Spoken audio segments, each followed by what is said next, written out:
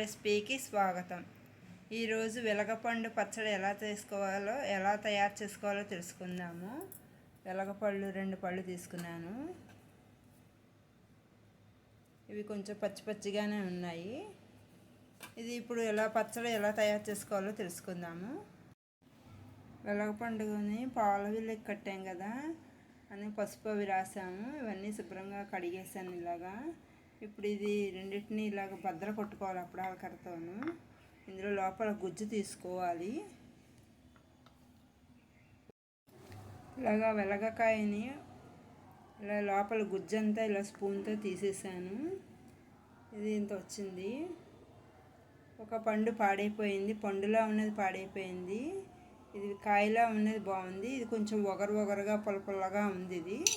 ఇది పచ్చడి ఎలా చేసుకోవాలో తెలుసుకుందాం. ఇప్పుడు వెలిగించి మూకుడు పెట్టాను. ఇప్పుడు ముందరగా ఇంగు నూనె కాచుకోవాలి. కొంచెం ఆయిల్ వేస్తున్నాను ఇందులోకి.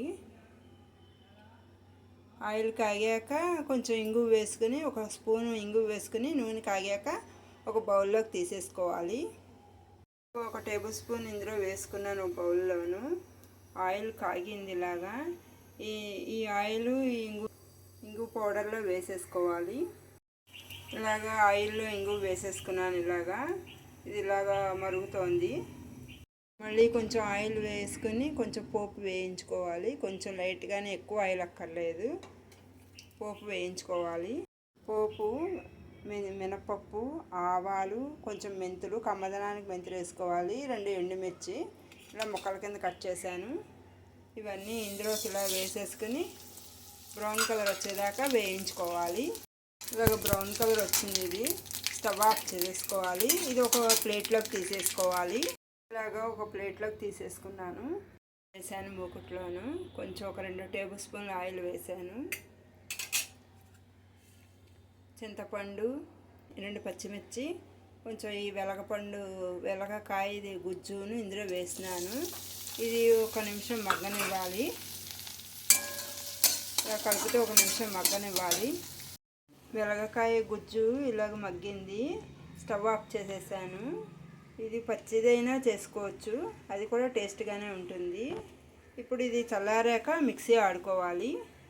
వెలగకాయ పచ్చడికి ముందుగా పోపు మిక్సీ పట్టుకోవాలి. 1 స్పూను సాల్ట్ వేసుకుని పోపులోను ఇది మెత్తగా మిక్సీ పట్టుకోవాలి. మిక్సీ పట్టాను. ఇప్పుడు ఈ వెలగపండు గుజ్జు ఉంది కదా, ఇది కూడా మిక్సీలో వేసి మెత్తగా మిక్సీ పట్టుకోవాలి. కొంచెం బెల్లం కూడా వేసుకోవచ్చు. తీపి వేసుకుంటే టేస్ట్ బాగుంటుంది. వేసుకోకపోయినా పర్వాలేదు, వేసుకుంటే కూడా టేస్ట్గా ఉంటుంది. గుజ్జు, పచ్చిమిరపకాయలు, చింతపండు, బెల్లము అన్నీ వేసి పోపులో వేసి మిక్సీ పడుతున్నాను. ఇది మెత్తగా మిక్సీ పట్టాలి. వెలగపండు చట్నీ ఈ విధంగా మెత్తగా ఆడేసాను. ఇప్పుడు ఇంగు నూనె కాచి పక్కన పెట్టుకున్నాం కదా, ఇదంతా ఇందులో కలిపేసుకోవాలి. ఇంగు నూనె అంతా చట్నీలో కలిపేసుకోవాలి.